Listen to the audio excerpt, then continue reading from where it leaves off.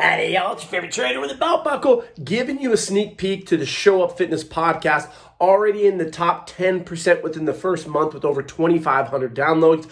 How do you overcome the objection? I need to talk to my significant other. We're going to help you. If you want to become a successful personal trainer, read the book. We just had our 100th Show Up Fitness CPT from the continent of Africa. Best certification in fitness. Give it a listen. And remember, keep showing up.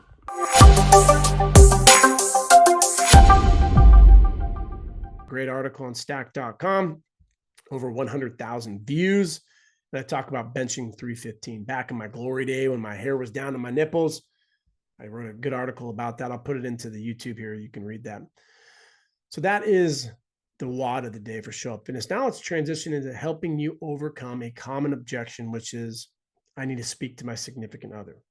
I was at a big gym the other day, and I always have my headphones in, but rarely do I have music going. If I do, it's typically country or classical, depending on my mood. And so what I overheard was this client say, I need to speak to my significant other. And the trainer said, oh, that's fine. That's great. And that was it. My eyes got big. I'm like, that's a missed opportunity. That was an opening for that client to get out of the situation. Are they going to speak to their significant other? Sure. Hey, honey, I was hoping that I can work with the trainer at Equinox. It's going to be $2,800.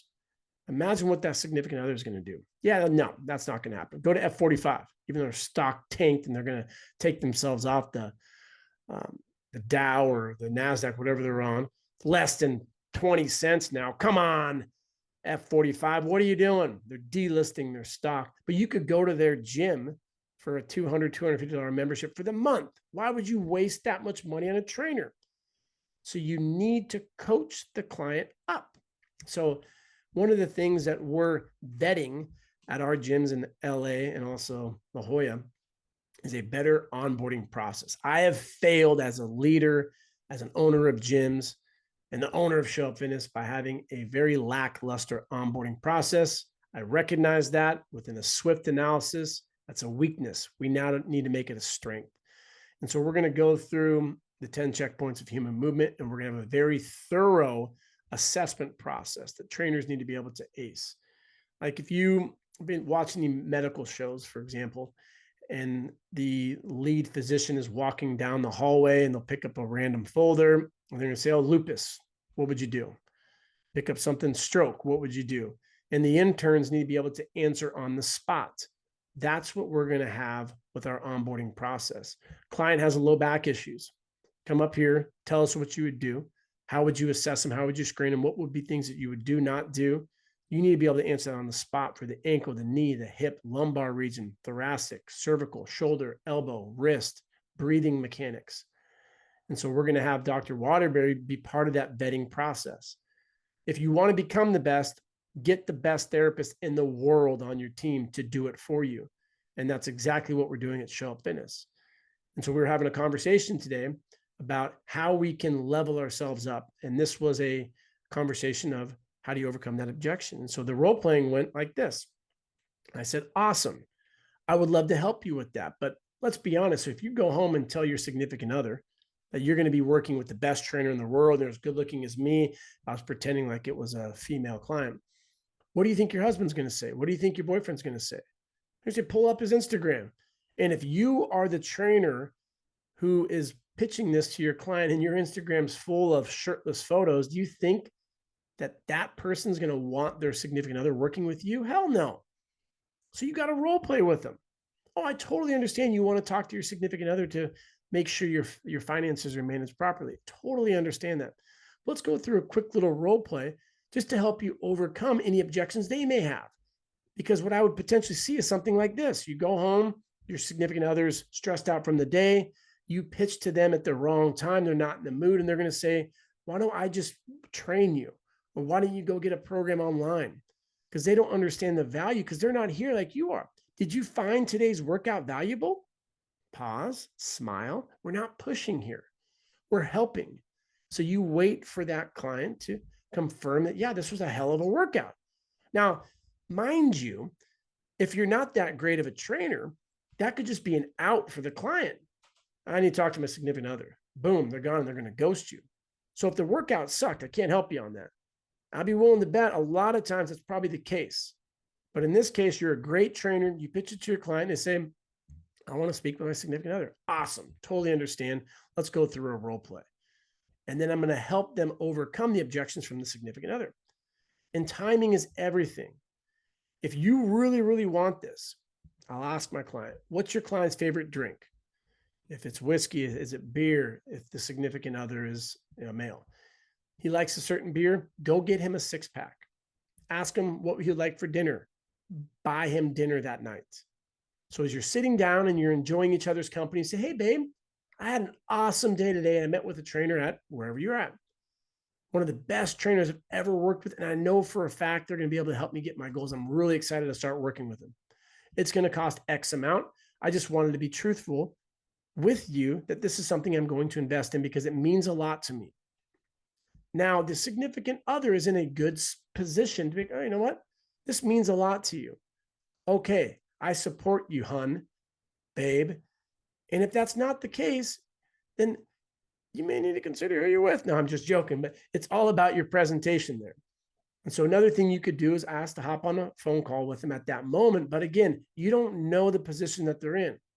I try to make it comical. Let's be honest. You're going to go home, tell your significant other you're working with this big hunk at the gym. They're probably not going to be too excited on that. So let's go through a scenario. I love the sitcom Rules of Engagement with David Spade and Putty from Seinfeld. He's the married dude, and David Spade's like the player.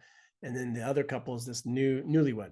They just got engaged. And so he's Putty, the guy from Seinfeld, his cool voice.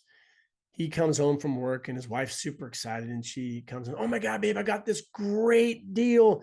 This makeup's $80. And she gives him this tiny little encasing. And he looks and he goes, what's in there? $75? He didn't see the value in it, but she did. And so that's something you need to help your significant other understand, that this is an investment long-term for us. Another thing I've done in the past is set up expectations for a future event that you both can go on. Hey, babe, we should plan a trip together. Where do you want to go? You want to go to the Maldives, whatever. I'm terrible at pronunciations on those. Great. How about we schedule it 9 months from now? And I want to look the best that I've ever looked before. So what I'm going to do to prep for that trip is I'm going to hire a trainer. And this is how much it's going to cost. This is what I'm going to do in order to go on this trip. Okay, thank you. And you smile because that's what you want. If they're using it as a scapegoat, you're not going to overcome it. How do you know? Because your client, if their body language is, yeah, I got to get out of here and speak to my significant other, and you really know if they ghost you. So if you present your sales package to a client and they come up with, I need to speak with my significant other, be prepared to help your client overcome that objection by speaking to the significant other as a role play. I'm going to be your husband. I'm going to be your wife. And let's go through what's going to potentially happen. And you will be able to overcome that objection. You need to ask your clients to sit down and role play with you. Hope you guys like today's podcast, helping you overcome objections, get better at sales. The average trainer closes at 25%. Oh my gosh, that is not the best. Pathetic, but that's okay. You don't have the foundation. Level yourself up, get great, become an elite at anatomy programming, the principles, overloads, said principle, the size principle. Check out Henneman's size principle. Dr. Waterbury has a very good NSCA talk on that. Talks about motor unit recruitment. So invest into yourself by learning the foundations. Shoot us messages on things you want to hear more about so we can get you to that level 75+% like we do at Show Up Fitness. Please leave us a 5-star rating. DM me on Instagram. Comment on YouTube. Love to see how we can continue to help you become a great trainer. If you've not read the book, read the book. This will be posted on YouTube if you want to come back and listen to it. The new one is going to be a game changer. It's going to be a workbook style, and we're going to have in there the process that we're going to be going through for our level 4 if you ever want to work at a Show Up Fitness. So if you want to work at a Show Up Fitness, you have to have a year under your belt training at an elite gym, Equinox, Lifetime, Bay Club, or an equivalent. have to have an internship with a physical therapist, and that therapist needs to be on your team. You have to have a registered dietitian on your team. You then bring that package into Show Up Fitness, and then you'll go through this vetting process, of which at the end, you're going to have a scenario, like I said earlier, with an elite therapist or trainer, not myself. I'm going to be a fly on the wall. We're going to have a third party do this because we want to be known as having the most difficult hiring process because we have the best trainers.